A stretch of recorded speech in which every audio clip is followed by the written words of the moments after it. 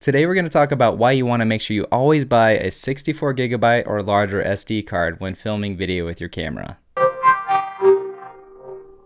Welcome if you're new here, my name's Chadwick. This is Creative Video Tips where I help you create videos that make a difference and stand out. If that's something you're into, I would love it if you would click subscribe right now so you don't miss my tip next week. Now, why do you want a 64 gigabyte SD card? What's so special about it? I mean, I've got an 8 gigabyte card here from maybe 10 years ago, then I moved up to 16 and 32. All three of these here are considered SDHC cards, so HC at the end. When they stepped up and they started making 64 gig cards and bigger, like right now here I've got a 256 gig card, which is quite large. It went to SDXC. So the difference between SDHC and SDXC, besides that letter, is actually really significant. They changed the the file format of how things are stored on these little discs. So it went from FAT32 to ExFat. And what that means for us when we're making videos is that you can only store a 4 gigabyte video file on these older SDHC cards.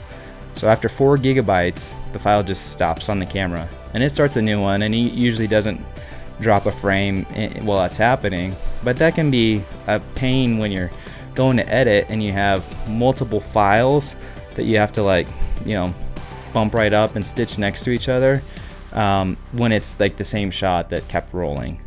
So SDXC alleviates that because you're larger than 4 gigabyte files and it's pretty much unlimited.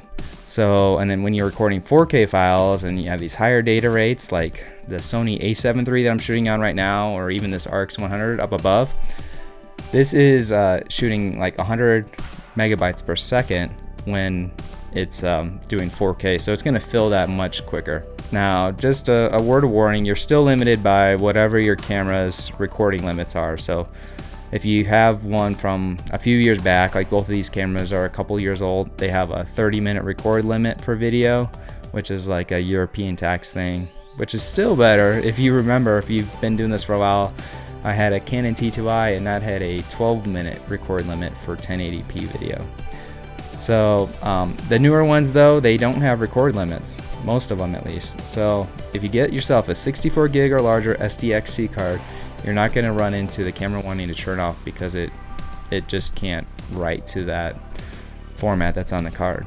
I'll give you another bonus tip and sort of point you to another video I have on UHS-2 and why I think that's important.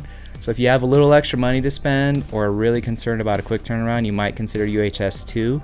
Because some of the cameras support that nowadays. It's a type of card that has an extra set of pins on the back, so you can transfer your footage 2-3 times faster to your computer as long as you use a correct SD card. So there'll be like a pop-up or something that'll take you to that video if that's something you're into. But I would just say, as a word of warning, while there's a lot of Black Friday deals out there and holiday specials on cheap SD cards, if you're shooting video, go for 64 gigs or larger.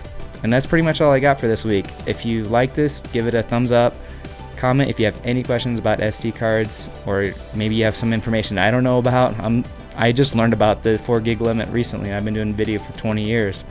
So I would love to hear those. And just thanks so much for watching. I'll see you in the next one.